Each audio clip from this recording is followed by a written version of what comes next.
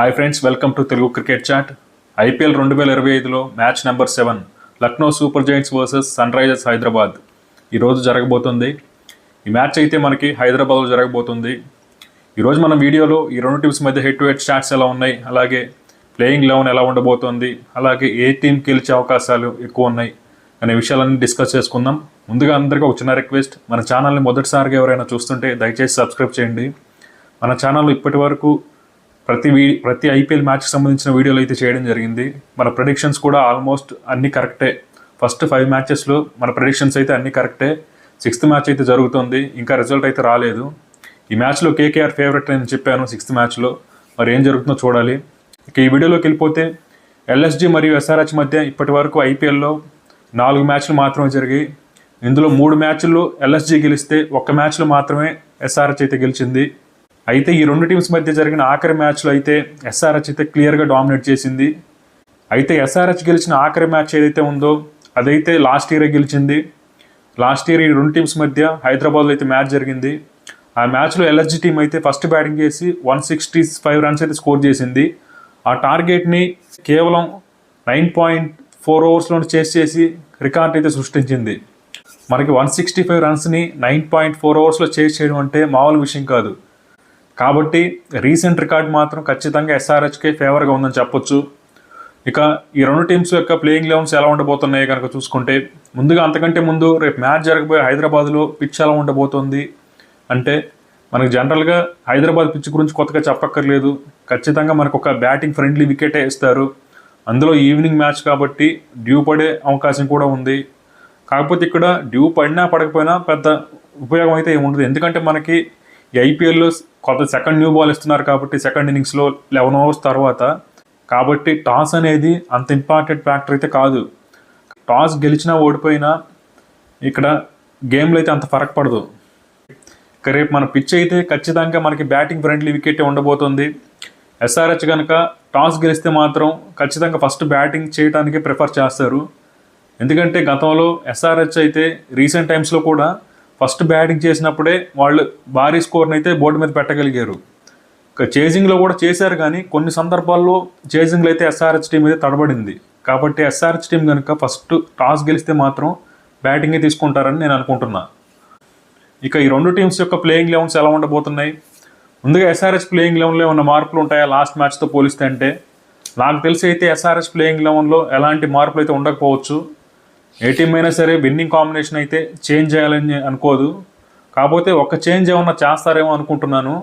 అదేంటంటే అనికేత్ వర్మ మరియు అభినవ్ మనోహర్, వీళ్ళిద్దరిలో ఒకరిని టీంలో నుంచి పక్కన పెట్టి వాళ్ళ స్థానంలో మనకి రాహుల్ చహర్ని అయితే తీసుకొస్తే బాగుంటుంది.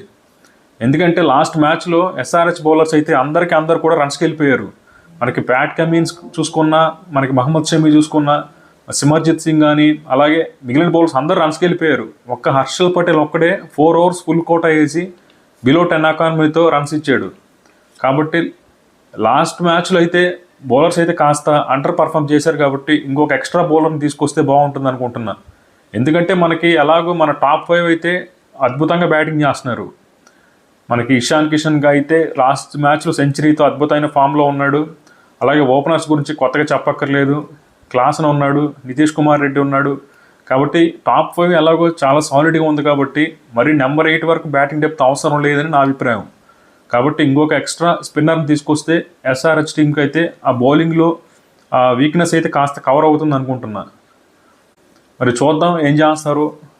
నాకు తెలిసి అయితే మార్పులను చేయాలనుకుంటున్నాను. విన్నింగ్ కాంబినేషన్ మార్చాలని అనుకోరు.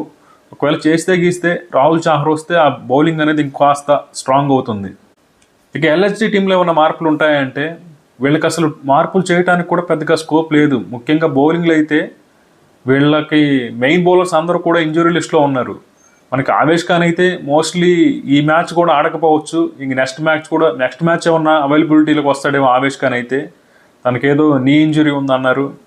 మరి అది నెక్స్ట్ మ్యాచ్ అయితే, ఈ మ్యాచ్ అయితే ఆడడు ఆవేష్ ఖాన్, నెక్స్ట్ మ్యాచ్కి వస్తాడేమో మేబీ. అలాగే మయాంక్ యాదవ్ మరియు ఆకాష్ దీప్ సంగతి ఏంటో. మరి మయాంక్ యాదవ్ కూడా ఆడనుకుంటున్నాను. ఆకాష్ దీప్ ఏమన్నా ఆడతాడేమో చూడాలి. అలాగే మోహనీష్ ఖాన్ అయితే కంప్లీట్గా రూల్డ్ అవుట్ అయిపోయాడు. ఇంకా తన స్థానంలోనే షార్దుల్ ఠాకూర్ వచ్చాడు. కాబట్టి వీళ్ళకి బౌలింగ్లో అయితే ఖచ్చితంగా ప్రాబ్లమ్స్ ఉన్నాయి. కాకపోతే లాస్ట్ మ్యాచ్లో మనకి దిగ్వేష్ సింగ్ మరియు మణిమారన్ సిద్ధార్థ్ బాగా బౌలింగ్ చేశారు కాబట్టి సరిపోయింది. కానీ వీళ్ళు ప్రతి మ్యాచ్లో బాగా బౌలింగ్ చేయాలని ఏం లేదు. వీళ్ళు యంగ్స్టర్స్ ఇద్దరు కూడా మనకి దిగ్నేష్ సింగ్ కానీ అలాగే మణిమారన్ సిద్ధార్థ్ కానీ లాస్ట్ మ్యాచ్లో ఇనీషియల్గా వికెట్స్ తీశారు కాబట్టి మనకి ఆ ఎల్ఎస్డి బౌలింగ్ అయితే కాస్త పర్లేదు, బాగానే ఉంది అనిపించింది. కానీ వీళ్ళ బౌలింగ్లో అయితే ఖచ్చితంగా చాలా ప్రాబ్లమ్స్ ఉన్నాయి. కాకపోతే వీళ్ళు లాస్ట్ మ్యాచ్లో చేసిన పొరపాటు ఏంటంటే వీళ్ళు గెలవాల్సిన మ్యాచ్ని అయితే ఓడిపోయారు. నిజంగా వీళ్ళ చేతిలో ఉన్న మ్యాచ్ అయితే వీళ్ళు చేజార్చుకున్నారని చెప్పాలి. దానికి కారణం ఎల్ఎస్జీ బౌలర్సా లేకపోతే కెప్టెన్ రిషబ్ పంతా అంటే ఖచ్చితంగా మెజారిటీ అయితే రిషబ్ పంత్ వైపే వీళ్ళు చూపిస్తున్నారు అందరూ. కాబట్టి లాస్ట్ మ్యాచ్లో వీళ్ళు బాగానే పర్ఫామ్ చేశారు యాజ్ ఎ టీమ్గా. కాకపోతే లాస్ట్లో కాస్త తడబడ్డారు. వీళ్ళు తడబడ్డారు అనడం కంటే కూడా అశుతోష్ శర్మ అయితే అవుట్ ఆఫ్ ద బాక్స్ అయితే ఒక అద్భుతమైన ఇన్నింగ్స్ ఆడాడు. కాబట్టే వీళ్ళైతే లాస్ట్ మ్యాచ్లో ఓడిపోయారు. కాబట్టి వీళ్ళ టీం కూడా బాగానే ఉంది, మరీ అంత వీక్గా అయితే ఏం లేదు. మనం ముందు అనుకున్నట్టుగా వీళ్ళ బౌలర్స్ ఎవరు లేరు కదా ఈసారి అనుకున్నాం. కానీ వీళ్ళ యంగ్స్టార్స్ అయితే లాస్ట్ మ్యాచ్లో ఇద్దరు బాగానే పర్ఫామ్ చేశారు. కాబట్టి ఈ టీం కూడా బాగానే ఉంది. ఇక రేపు మ్యాచ్లో ఏ టీం గెలిచే అవకాశం ఉంది అంటే మాత్రం ఖచ్చితంగా ఈ రెండు టీమ్స్ని సైడ్ బై సైడ్ కంపేర్ చేసి చూసుకుంటే ఎస్ఆర్హెచ్ అయితే బ్యాటింగ్లో చాలా స్ట్రాంగ్గా ఉంది. అట్ ద సేమ్ టైం మనకి ఎల్ఎస్జీ కూడా బ్యాటింగ్లో చాలా స్ట్రాంగ్గా ఉంది. మనకు కనపడట్లేదు కానీ లాస్ట్ మ్యాచ్లో నికోలస్ పూరన్ ఎలా ఆడాడో మనకి మర్చిపోకూడదు. తను కానీ అవుట్ అవ్వకుండా ఉంటే స్కోర్ ఖచ్చితంగా 250 దాటేది ఎల్ఎస్జీది.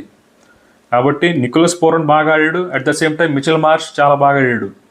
వాళ్ళకి తోడుకు మనకి ఎయిడెన్ మార్కరమ్ మరియు రిషబ్ పంత్ లాంటి వాళ్ళు కనుక సరిగ్గా ఫామ్లోకి వస్తే ఎల్ఎస్జీ బ్యాటింగ్ అనేది చాలా స్ట్రాంగ్గా ఉంటుంది. ఇప్పుడు మనకి ఎస్ఆర్హెచ్ బ్యాటింగ్ గురించి మనం అందరం మాట్లాడుకుంటున్నాం, చాలా స్ట్రాంగ్గా ఉంది, టాప్ 5 చాలా బాగుందని. At the same time LSG batting కూడా చాలా బాగుంది. కాకపోతే వీళ్ళకి రిషబ్ పంత్ అయితే ఫామ్లో లేడు అంతే. కాబట్టి రెండు టీమ్స్ అయితే బ్యాటింగ్లో బాగానే ఉన్నాయి. ఇక బౌలింగ్లో చూసుకుంటే మాత్రం మనకి ఎల్ఎస్జీతో పోలిస్తే ఎస్ఆర్హెచ్ టీమే కాస్త బెటర్ సైడ్గా అనిపిస్తుంది. ఎందుకంటే ఎల్ఎస్జీ టీంలో ఏమో ఆ యంగ్ బౌలర్స్ అయితే ఉన్నారు, వాళ్ళకి పెద్దగా ఎక్స్పీరియన్స్ లేదు. ఇక మనకి ఎస్ఆర్హెచ్ టీంలో అయితే వీళ్ళకి ఎక్స్పీరియన్స్ ఉంది. మనకి మహమ్మద్ షమీ కానీ, హర్షల్ పటేల్ కానీ, వీళ్ళు ఆడమ్ జాంపా కానీ, వీళ్ళకి అందరికైతే చాలా ఎక్స్పీరియన్స్ ఉంది ఇంటర్నేషనల్ క్రికెట్లో ప్లస్ ఐపీఎల్లో. కాబట్టి ఎక్స్పీరియన్స్ వైజ్గా చూసుకున్నా కానీ ఎస్ఆర్హెచ్ టీంకే బెటర్ ఛాన్సెస్ అయితే ఉన్నాయి. ఖచ్చితంగా రేపు మ్యాచ్లో అయితే ఎస్ఆర్హెచ్ టీమే ఫేవరెట్స్ అని చెప్తాను. కాకపోతే నికోలస్ పూరన్ లాంటి వాళ్ళు తగులుకుంటే మాత్రం ఏమైనా జరగవచ్చు. ఎస్ఆర్హెచ్ టీం కనుక గెలవాలంటే బ్యాటింగ్లో నికోలస్ పూరన్ని ఎంత వీలైతే అంత తొందరగా అయితే అవుట్ చేయాలి. At the same time LSG team గెలవాలంటే బ్యాటింగ్లో మనకి ట్రావిస్ హెడ్ని అయితే ఎంత వీలైతే అంత తొందరగా అవుట్ చేయాలి. కాబట్టి రెండు టీమ్స్ని సైడ్ బై సైడ్ కంపారిజన్ చూసుకుంటే మాత్రం ఖచ్చితంగా ఎస్ఆర్హెచ్కే గెలిచే అవకాశాలు అయితే ఎక్కువ కనిపిస్తున్నాయి. కాబట్టి ఎస్ఆర్హెచ్ టీమే గెలుస్తుందని నేను చెప్తున్నాను. మరి చూద్దాం ఏం జరుగుతుందో. వీడియో నచ్చితే లైక్ చేయండి, మీ ఫ్రెండ్స్కి షేర్ చేయండి, ఛానల్ సబ్స్క్రైబ్ చేయడం మాత్రం మర్చిపోకండి.